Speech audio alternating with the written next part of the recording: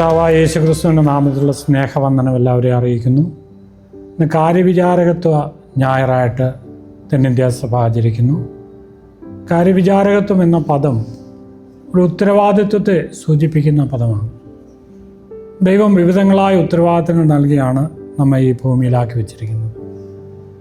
നമ്മുടെ ഉത്തരവാദിത്തങ്ങളൊക്കെ ദൈവത്തിന് ഹിതകരമായ രീതിയിൽ നാം നിർവഹിക്കേണ്ടതാണ്. നമ്മുടെ പ്രവൃത്തികൾ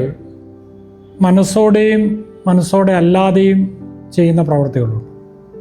കൊലോസ്യ ലേഖനം 3-ാം അധ്യായത്തിൻ്റെ 23-ാമത്തെ വാക്യത്തിൽ ഇപ്രകാരം പറയുന്നു: നിങ്ങൾ ചെയ്യുന്നതൊക്കെയും മനസ്സോടെ മനുഷ്യർക്കെന്നല്ല കർത്താവിനെന്ന പോലെ ചെയ്യുവീനെന്ന് പറയുന്നു.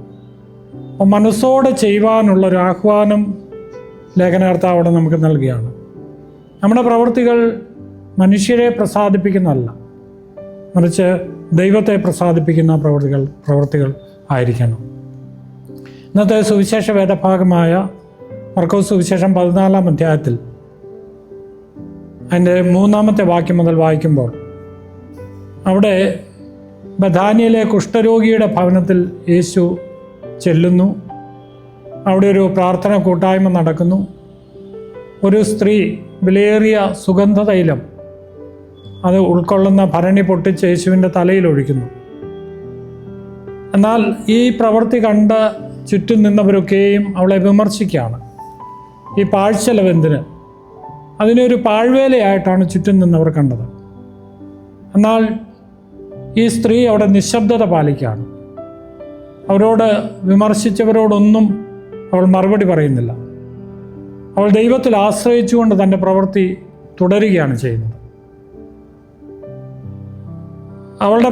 അവളുടെ ചെയ്തികളെ ദൈവം മാനിക്കുന്നുണ്ട്. നമ്മുടെ പ്രവൃത്തികൾ ദൈവത്തിൽ ആശ്രയിച്ചുകൊണ്ട് നാം ചെയ്യുമ്പോൾ ദൈവത്തിൻ്റെ അനുഗ്രഹം നമ്മുടെ മേൽ ഉണ്ടാകും എന്നുള്ളതിന് സംശയമില്ല.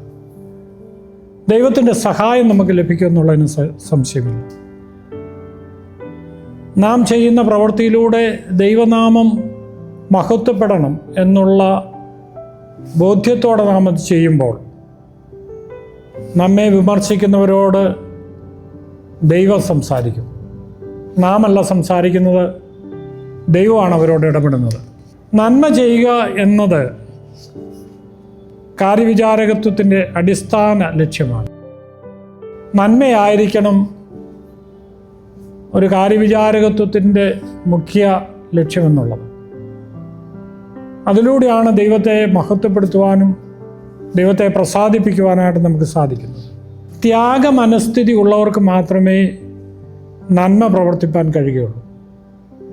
എബ്രായ ലേഖനം 3-ാം അധ്യായത്തിൻ്റെ 16-ാം വാക്യത്തിൽ ഇപ്രകാരം വായിക്കുന്നു: നന്മ ചെയ്യുവാനും കൂട്ടായ്മ കാണിപ്പാനും മറന്നു പോകരുത്.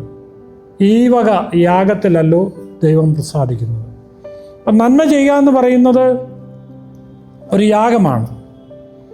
ഒരു കാര്യവിചാരകൻ സ്വന്തം കാര്യങ്ങൾക്ക് പ്രാധാന്യം കൊടുക്കാതെ യജമാനൻ തന്നെ ഏൽപ്പിച്ച കാര്യങ്ങൾക്ക് പ്രാധാന്യം കൊടുക്കുന്നവനായിരിക്കണം. അങ്ങനെ ചെയ്യുമ്പോഴാണ് യജമാനൻ്റെ പ്രസാദം അവന് ലഭിക്കുന്നത്. അവൻ ദൈവത്തിനു വേണ്ടി സമർപ്പിക്കപ്പെട്ടവനായിരിക്കണം. തൻ്റേതായ കാര്യങ്ങൾ മാറ്റിവെച്ചുകൊണ്ട് ദൈവത്തിൻ്റെ കാര്യങ്ങൾക്ക് പ്രാധാന്യം കൊടുത്തുകൊണ്ട് ദൈവത്തിന് പ്രസാദകരമായ രീതിയിൽ ദൈവം ഏൽപ്പിച്ച ഉത്തരവാദിത്തങ്ങളെ നിർവഹിക്കുക എന്നുള്ളതാണ് അവൻ്റെ കടമ. ഇതാണ് ത്യാഗപൂർണമായ സമർപ്പണം എന്ന് പറയുന്നത്. റോമാലേഖനം 12-ാം അധ്യായം 1-2 വാക്യങ്ങളിൽ നാം ഇപ്രകാരം വായിക്കുന്നത്: സഹോദരന്മാരെ, ഞാൻ ദൈവത്തിൻ്റെ മനസ്സലിവ് ഓർപ്പിച്ച് നിങ്ങളെ പ്രബോധിപ്പിക്കുന്നത് നിങ്ങൾ ബുദ്ധിയുള്ള ആരാധനയായി നിങ്ങളുടെ ശരീരങ്ങളെ ജീവനും പ്രസാദവും വിശുദ്ധിയുമുള്ള യാഗമായി സമർപ്പിക്കുക. അങ്ങനെയാണ് റോമാലേഖനത്തിൽ നമ്മൾ വായിക്കുന്നത്. അതുപോലെ തന്നെ ഈ ലോകത്തിന് അനുരൂപമാകാതെ നന്മയും പ്രസാദവും പൂർണ്ണതയുമുള്ള ദൈവഹിതം ഇന്നതെന്ന് തിരിച്ചറിയേണ്ടത് മനസ്സ് പുതുക്കി രൂപാന്തരപ്പെടുവെന്ന് പറയുന്നു. നന്മയും പ്രസാദവും പൂർണ്ണതയുമുള്ള ദൈവഹിതം തിരിച്ചറിയണം ഒരു കാര്യവിചാരകൻ. ഒരു ദൈവവൈതലിൻ്റെ ഉദ്ദേശം അതായിരിക്കണം. ദൈവഹിതം തിരിച്ചറിയുക, ദൈവഹിതത്തിനനുസരണമായി ജീവിക്കുക. അങ്ങനെ ഒരു ത്യാഗപൂർണമായ ജീവിതം നമ്മൾ നയിക്കുമ്പോഴാണ് നമ്മുടെ കാര്യവിചാരകത്വം എന്ന ഉത്തരവാദിത്വം അതിൻ്റെ പൂർണ്ണതയിൽ എത്തുന്നത്. നമ്മുടെ ഓരോ ചെയ്തികളെയും ചിന്തകളെയും നല്ലവണ്ണം നാം വിശകലനം ചെയ്യേണ്ടത് ആവശ്യമാണ്. നമ്മുടെ പ്രവൃത്തികൾ, നമ്മുടെ വാക്കുകൾ, നമ്മുടെ ചിന്തകൾ നമ്മൾ വിശകലനം ചെയ്യേണ്ടത് ആവശ്യമാണ്. നമ്മുടെ ജീവിതം ദൈവത്തിന് പ്രസാദകരമാണോ, യജമാനന് സംതൃപ്തി ഉണ്ടാക്കുന്ന ഒരു കാര്യവിചാരകത്വത്തിൻ്റെ ഭാഗമാണോ നമ്മൾ എന്നുള്ളത് നാം ചിന്തിക്കണം. ഗ്രഹവിചാരകന്മാരിൽ അന്വേഷിക്കുന്നത് അവർ വിശ്വസ്തരായിരിക്കണം എന്നത്രേ. നമ്മുടെ ഈ ഭൂമിയിലെ ജീവിതത്തിന് നമ്മളെല്ലാവരും കണക്ക് ബോധിപ്പിക്കേണ്ടവരാണ്. ദൈവം നമ്മളെ ഏൽപ്പിച്ച കാര്യവിചാരകത്വത്തിൻ്റെ കണക്ക് ഒരു നാൾ ദൈവസന്നിധിയിൽ നമ്മൾ പറയേണ്ടവരാണ്. 2 കൊരിന്ത്യർ ലേഖനം 5:10 ഇപ്രകാരം നാം വായിക്കുന്നു: അവനവൻ ശരീരത്തിലിരിക്കുമ്പോൾ ചെയ്യുന്നത് നല്ലതാകിലും തീയതാകിലും അതിന് തക്കവണ്ണമുള്ള പ്രതിഫലം പ്രാപിക്കേണ്ടതിന് നാം എല്ലാവരും ക്രിസ്തുവിൻ്റെ ന്യായാസനം മുമ്പാകെ വെളിപ്പെടേണ്ടതാകുന്നു. ഒരിക്കൽ ക്രിസ്തുവിൻ്റെ ന്യായാസനം മുമ്പാകെ വെളിപ്പെടേണ്ട ഒരനുഭവം നമുക്കുണ്ടാകും. അത് അവിടെ നമ്മുടെ കാര്യവിചാരകത്വത്തിൻ്റെ കണക്ക് നമ്മൾ ബോധിപ്പിക്കേണ്ടവരാണ്. ആ ബോധ്യത്തോടെ വേണം നമ്മൾ ഈ ലോകത്തിൽ ജീവിപ്പാൻ. നമ്മുടെ ചെയ്തികളെയും ചിന്തകളെയും ഒക്കെ നമ്മൾ വിശകലനം ചെയ്യുമ്പോൾ ഈ ഒരു ബോധ്യം നമുക്കുണ്ടായിരിക്കേണ്ടത് ആവശ്യമാണ്. അതുകൊണ്ട് എങ്ങനെയുള്ള യജമാനന് പ്രസാദകരമായ നല്ല പ്രവൃത്തി ചെയ്യുവാൻ, നല്ല ചിന്തകളുണ്ടാകുവാൻ, ഒടുവിൽ നല്ലവനും വിശ്വസ്തനുമായ ദാസനെ എന്നുള്ള വിളി കേൾക്കുവാൻ നമുക്കെല്ലാവർക്കും സാധിക്കണം. അതിനാണ് നമ്മുടെ ജീവിതത്തെ നമുക്ക് ക്രമീകരിക്കാം, ജീവിതത്തെ നമുക്ക് ഒരു പുനഃപരിശോധനയ്ക്ക് വിധേയമാക്കാം. വിശുദ്ധിയുള്ള, നീതിയുള്ള, സത്യത്തിൽ അടിസ്ഥാനമായ, യജമാനന് പ്രസാദകരമായ നല്ല ജീവിതം നയിപ്പാൻ ദൈവം നമ്മെ സഹായിക്കട്ടെ. നമുക്ക് തലകളെ വണക്കാം, ഒരു നിമിഷം പ്രാർത്ഥിക്കാം. പരിശുദ്ധനും നിത്യനുമായ ദൈവമേ, സ്വർഗീയ പിതാവേ, അവിടെ ഞങ്ങളെ ഏൽപ്പിച്ച എല്ലാ ഉത്തരവാദിത്തങ്ങൾക്കായി ഞങ്ങൾ നന്ദി പറയുന്നു.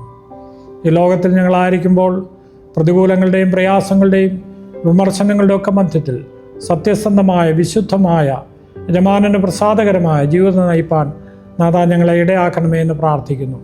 അങ്ങ് ഞങ്ങളോട് കണക്ക് ചോദിക്കുന്ന ഒരു ദിവസം വരും എന്നുള്ള പൂർണ്ണബോധത്തോടെ ജീവിപ്പാൻ ഞങ്ങളെ സഹായിക്കണമേ.